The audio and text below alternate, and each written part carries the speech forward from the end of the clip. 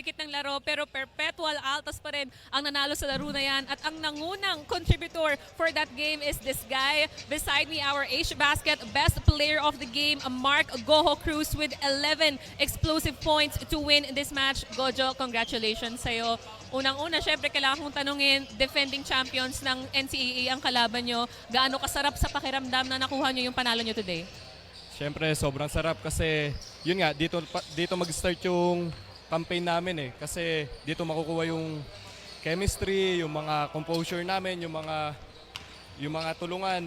So, sobrang sarap na ngayon pa lang first win din namin to sa liga and yun lang, wala akong masabi, sobrang.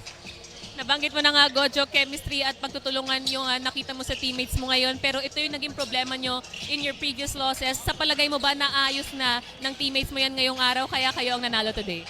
Yes, naayos naman namin and yun nga, yun din talaga yung problema kasi marami kaming mga recruit, mga bago. So, unti-unti naman naming pinagtutulungan and hopefully maayos din. Thank you so much, Gojo. At dahil nga ikaw ang ating player of the game, I'm sure maraming mga taga-Bulacan ang nag-aabang sa'yo dito sa ating live stream. This is your chance na batiin at pasalamatan ng mga sumusuporta sa'yo.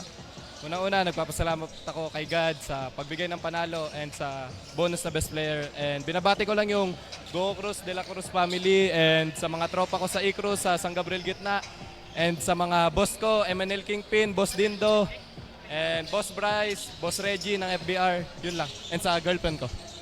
Thank you so much, Gojo. At meron pa akong reward para sa'yo. Asia Basket exclusive lang to. You get to sign sa ating camera.